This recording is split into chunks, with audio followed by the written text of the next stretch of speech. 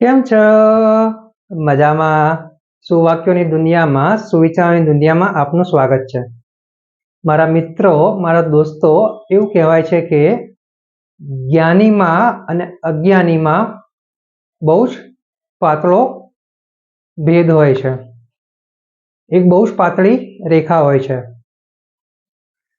આ વાતને ટેકો આપવા માટે આપણી ભારતીય કહેવત છે. આ કહેવતમાં એક સરસ મજાનો સુવિચાર લખાયો છે. આ સુવિચાર જ્ઞાન ઉપર છે. આ સુવિચાર પ્રમાણે જે જ્ઞાની છે તે બરાબર જાણે છે કે તેણે શું કરવું જોઈએ. મારા મિત્રો, વાત ખૂબ જ સહેલી છે અને અમલમાં મૂકવા જેવી છે. આપણે આજકાલ જોતા હોઈએ છીએ અને કદાચ આપણે પણ એમાંના એક હોઈ શકીએ કે બધાને જ્ઞાન આપવામાં તો ખૂબ મજા આવે છે. બધાને ખબર પડે છે કે સારું શું છે અને ખોટું શું છે, પણ છતાં પણ જ્યારે સારું કરવાનો જ્યારે સમય આવે છે ત્યારે પોતે તો કરતા નથી, પરંતુ બીજા લોકોને સલાહ આપે છે. અને બીજા લોકોને સલાહ આપે તો બીજા લોકો કદાચ એમનું માનીને સલાહ માનીને જો સારું કરે તો ઘણું સારું, પરંતુ આ લોકો જે બીજા લોકોને સલાહ આપે છે અને જે લોકો સલાહ લે છે તે પણ બરાબર સમજે છે કે જે ભાઈ કે જે બહેન અમને સલાહ આપે છે તેમણે પોતે જ પોતાનામાં આ ઉતાર્યું નથી, એટલે આ ભાઈ કે બહેન બોલ્યા કરે, આપણે આપણું જીવન આપણી રીતે જીવવું જોઈએ. આ સામાન્ય વાત છે જે આપણે જોતા જ હોઈએ છીએ. તો મારા મિત્રો, જો આપણે આ દુનિયાના જેટલા પણ મહાન વ્યક્તિઓની વાત કરીએ જે હાલમાં જીવિત છે અથવા અત્યારે હાલમાં જીવિત નથી, તે બધાએ હંમેશા પોતાનો જ્ઞાનનો ખૂબ જ સરસ ઉપયોગ કર્યો છે.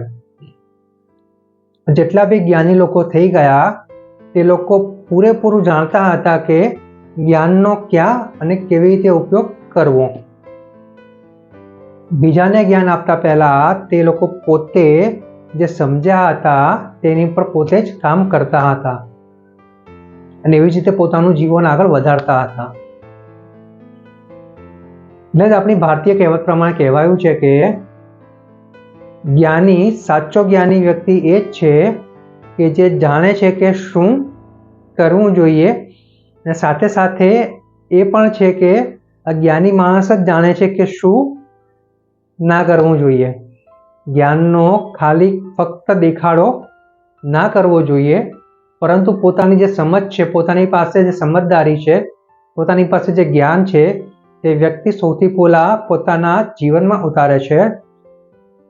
પછી જ્યારે જુએ છે કે આ જ્ઞાનથી ખરેખર ફાયદો થાય છે ત્યારે તે આ જ્ઞાન, ત્યારે આ સમજ, ત્યારે સમજદારી તે અન્ય લોકોને પાસ કરે છે. તો મારા મિત્રો, જો આપણે આવું ના કરતા હોઈએ તો આજથી જ આપણે સાચા અર્થમાં જ્ઞાની બનવાનો પ્રયાસ કરવો જોઈએ. આપણી પાસે જે પણ જ્ઞાન છે, આપણે જે કંઈ જાણીએ છીએ તેનો સૌથી પહેલાં ઉપયોગ આપણે પોતાની ઉપર કરીશું અને તે પછી જ આપણી સાથેના લોકોને આપણે તે કરવા માટે પ્રેરીશું. તે લોકો આપણામાં આવેલા બદલાવથી આપમેળે જ પ્રભાવિત થશે અને તે લોકો પણ આ રસ્તા ઉપર ચાલી નીકળશે.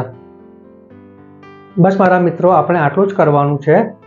જ્ઞાનનો ઉપયોગ ક્યાં અને કેવી રીતે કરવાનો છે તે સમજીને આપણે આપણા જે લક્ષ્યો સારા અને સાચા બનાવ્યા છે તે લક્ષ્યો સુધી આપણે સંતોષપૂર્વક, સફળતાપૂર્વક પહોંચવાનું છે. Thank you.